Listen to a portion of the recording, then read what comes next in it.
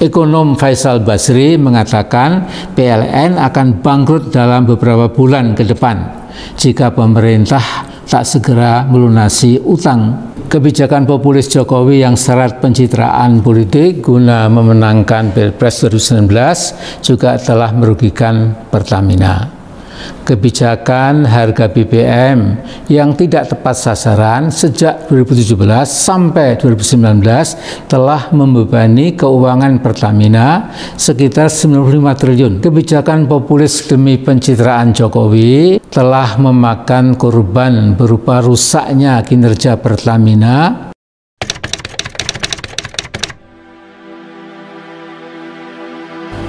Kita lanjutkan saudara-saudaraku, masalah ke-9 mengenai pengelolaan sumber daya alam yang terang-terangan menentang pasal 33 UUD 45 dan menabrak aturan-aturan perundang-undangan yang ada.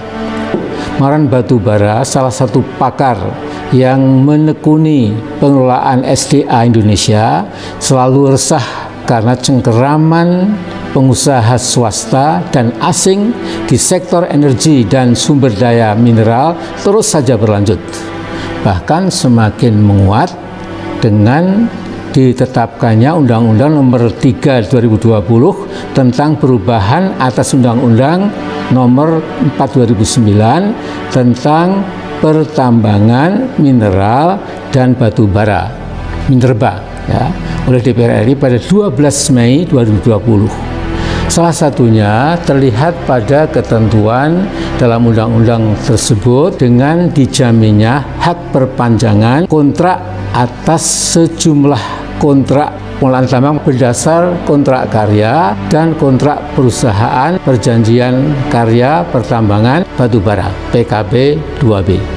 Selain itu, Undang-Undang Nomor 3 2020 ini pun memberi jaminan bagi para pemegang izin usaha pertambangan khusus EUPK untuk otomatis mendapat perpanjangan izin. Padahal sesuai amanat pasal 33 ayat 2 UUD 45, cabang-cabang produksi yang penting bagi negara dan yang menguasai hajat hidup orang banyak harus dikuasai negara. Konstitusi dengan jelas menyatakan tidak boleh ada aturan yang menjamin perpanjangan otomatis atas kontrak dan izin. Artinya, dalam hal ini wilayah kerja atau WK tambang yang kontrak dan izinnya berakhir, maka wilayah kerjanya harus dikembalikan kepada negara. Tujuannya agar pengelolaan wilayah kerja tambang dapat diserahkan kepada BUMN sehingga rakyat akan memperoleh manfaat terbesar dari pengelolaan sumber daya milik negara tersebut. Nah, penafsiran tersebut dapat dilihat pada peraturan dan landasan legal yang berlaku saat ini sebagai turunan dari pasal 33 UUD 45 yang dengan jelas menjamin hak BUMN untuk melanjutkan pengelolaan wilayah kerja tambang tersebut dan peraturan dimaksud diantaranya adalah TAP MPR nomor 4 tahun 98, putusan Mahkamah Konstitusi MK nomor 12 tahun 2012, putusan MK nomor 85 2013 dan pasal 75 Undang-Undang Minerba nomor 4 tahun 2009. Namun oleh rezim oligarkis yang dipimpin Mas Jokowi, seluruh peraturan di atas diganti dengan mengeliminasi, menghapus kedaulatan negara serta hak 270-an juta rakyat Indonesia.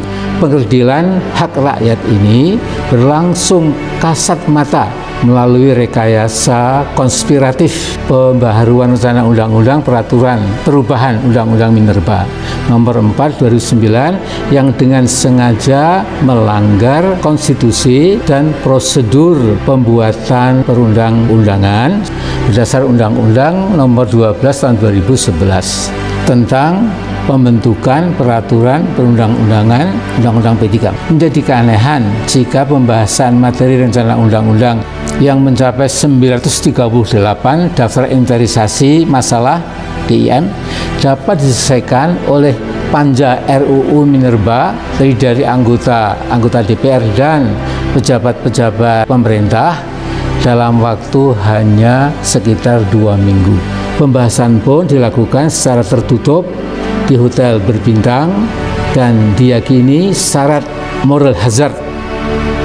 Di samping itu, Panja Rencana Undang-Undang memanfaatkan pandemi Corona agar publik maupun stakeholder lainnya terhalang menyampaikan aspirasi dan ikut terlibat membahas rencana undang-undang sebagaimana dijamin Undang-Undang P3 Nomor 12 2011.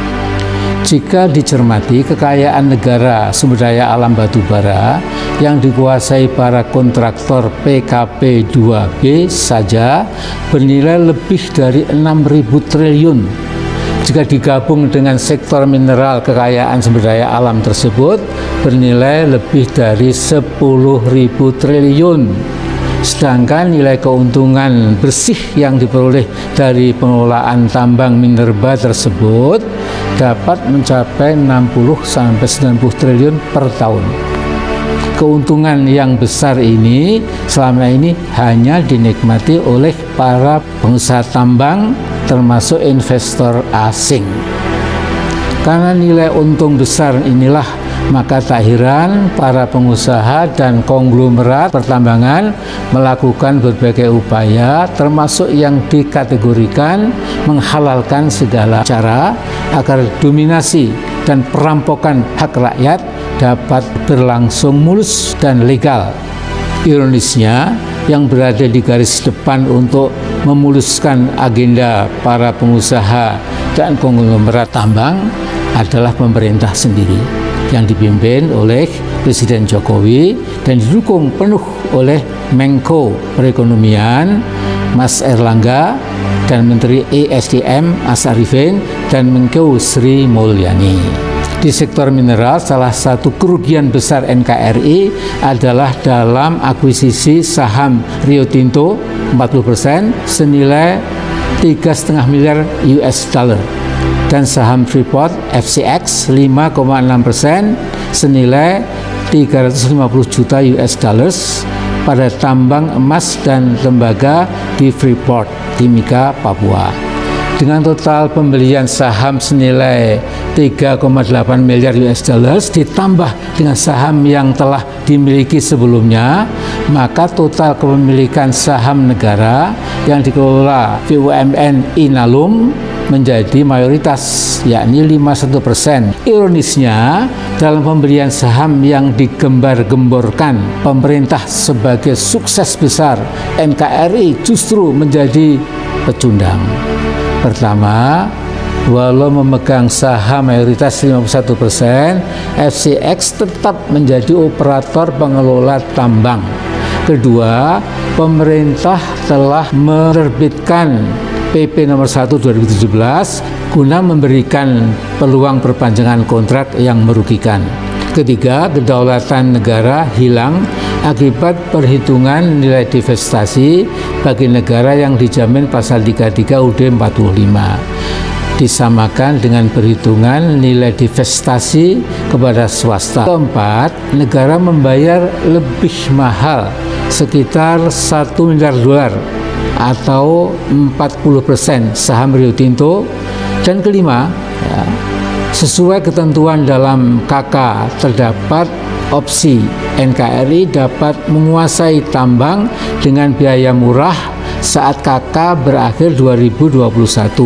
Namun pemerintah tunduk pada gertakan arbitrase FCX dan Rio Tinto. Pada sektor mineral nikel yang ke depan merupakan mineral sangat strategis untuk mobil listrik, terjadi pula pelanggaran fatal terhadap pasal 33 UUD 45. Sejumlah investor China antara lain Sulawesi Mining Investment, Virtue Dragon Industry, Huadi Nickel Alloy, dan Harita Nickel dapat menguasai pengelolaan tambang dari hulu hingga hilir. Bekerjasama dengan swasta nasional bersaham minimalis tanpa sedikit pun saham negara BUMN. Pada beberapa proyek, si asing Cina dapat menambang dan membangun smelter di Sulawesi Tengah dan Sulawesi Tenggara menggunakan produk dan TKA Cina, sehingga akan memberi keuntungan sangat besar bagi asing dibandingkan NKRI sebagai pemilik SDA. Khusus Harita Nikel, perusahaan ini adalah milik Taipan domestik yang berhasil merampok lahan tambang nikel milik negara milik BUMN, yaitu Antam, di Konawe, Sulawesi Tenggara pada 2008 sampai 2009. Bahkan dengan larangan ekspor nikel yang mulai berlaku Januari 2020, para penambang lokal atau pribumi kelas gurem terpaksa menjual produksi mereka dengan harga lebih rendah dibanding harga ekspor kepada perusahaan Cina yang justru diyakini diberi hak memonopoli bisnis karena memiliki smelter, karena tidak jelasnya program divestasi saham kepada negara atau BUMN.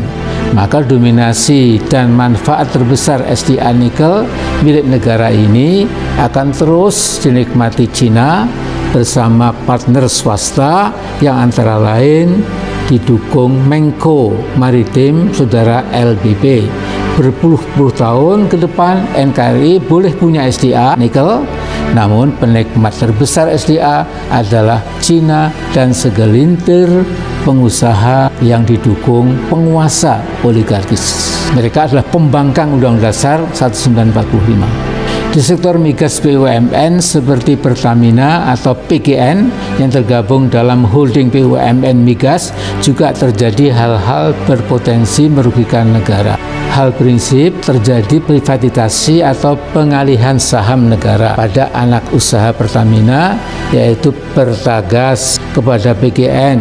Kebijakan ini merupakan IPO terselubung yang lebih banyak menguntungkan pihak swasta dan investor asing pemegang saham PGN dibanding negara atau Pertamina yang kehilangan salah satu mata rantai bisnis strategisnya. Kebijakan populis Jokowi yang syarat pencitraan politik guna memenangkan Pilpres 2019 juga telah merugikan Pertamina. Kebijakan harga BBM yang tidak tepat sasaran sejak 2017 sampai 2019 telah membebani keuangan Pertamina sekitar 95 triliun. Karena piutang Pertamina tersebut belum juga dilunasi pemerintah hingga sekarang. Keuangan Pertamina menjadi terganggu dan terancam gagal bayar atau default atas kewajiban pelunasan utang jatuh tempo tahun ini. Kebijakan populis demi pencitraan Jokowi telah memakan korban berupa rusaknya kinerja Pertamina, minimal karena piutang yang tak kunjung dilunasi. Pertamina harus menerbitkan surat utang atau bond untuk menjaga cash flow dan kebutuhan investasi. Pertamina rugi triliunan akibat harus membayar bunga utang, di mana utang tersebut terpaksa dibuat akibat kebijakan pemerintahan Pak Jokowi, ya, yang menjadikan Pertamina sebagai sapi perah untuk pencitraannya. Selain itu, rakyat pun ikut merugi karena tidak memperoleh kesempatan menikmati harga BBM yang lebih murah sebagai akibat turunnya harga minyak dunia.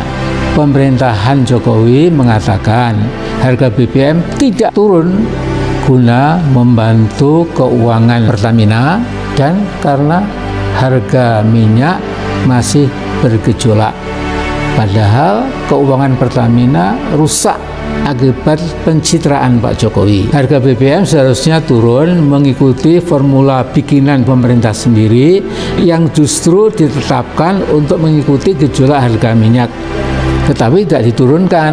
Sebagai korban kebijakan Jokowi, konsumen BBM Indonesia selama April-Juni 2020 dirugikan sekitar 18 triliun. Dalam periode kedua, pemerintahan kabinet Jokowi gencar, ya, untuk apa?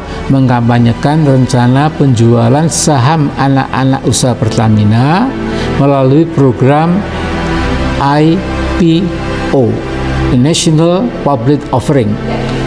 Dikatakan IPO perlu dilakukan melalui penjualan subholding Pertamina untuk memperoleh dana murah.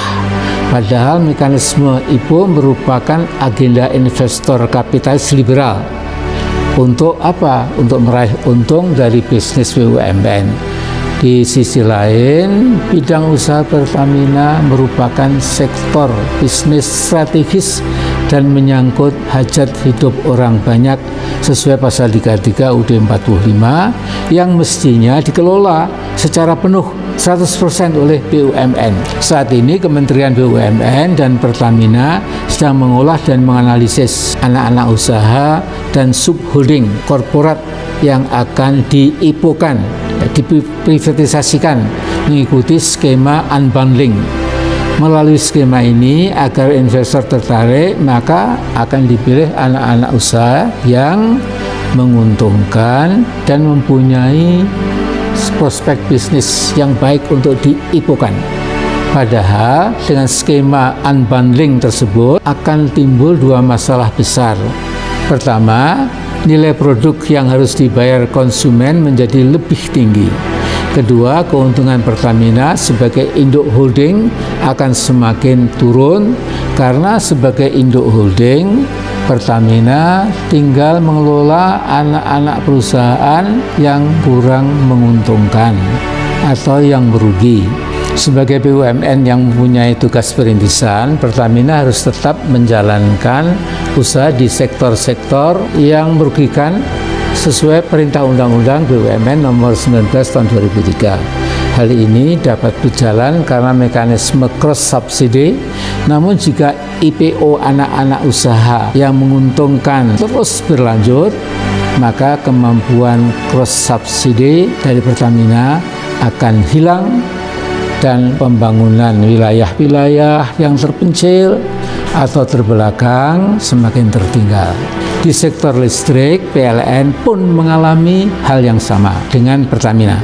Untuk kepentingan pencitraan Jokowi, pada 2018-2019 PLN harus menanggung beban subsidi listrik yang menjadi kewajiban pemerintah sekitar 48 triliun.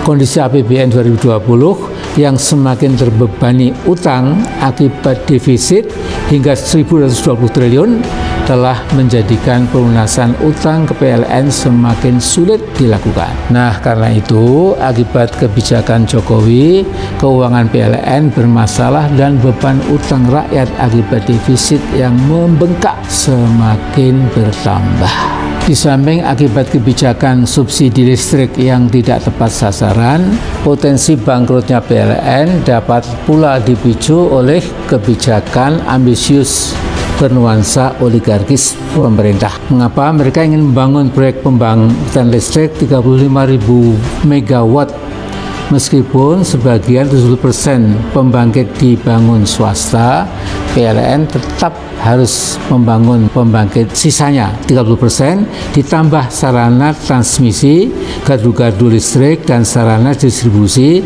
yang biayanya sangat besar. Untuk itu PLN harus berutang sekitar 100 triliun setiap tahun dan telah terakumulasi menjadi lebih dari 500 triliun rupiah hingga saat ini. Ternyata karena didasari kesalahan perencanaan dan ambisi besar bernuansa oligarkis, pertumbuhan konsumsi listrik dalam 3 tahun terakhir tidak seperti yang direncanakan semula. Hal ini pun ikut mengganggu keuangan. Ekonom Faisal Basri mengatakan PLN akan bangkrut dalam beberapa bulan ke depan jika pemerintah tak segera melunasi utang. Dan jika hal ini terjadi, maka tingkat kepercayaan terhadap pemerintah akan turun. Di samping itu, yang lebih fatal adalah tidak berlanjutnya pelayanan PLN yang dapat menjadi alasan masuknya swasta mengelola sektor listrik negara. Nah, jika itu terjadi, di samping melanggar konstitusi, rakyat pun akan dibebani tarif listrik yang akan lebih mahal.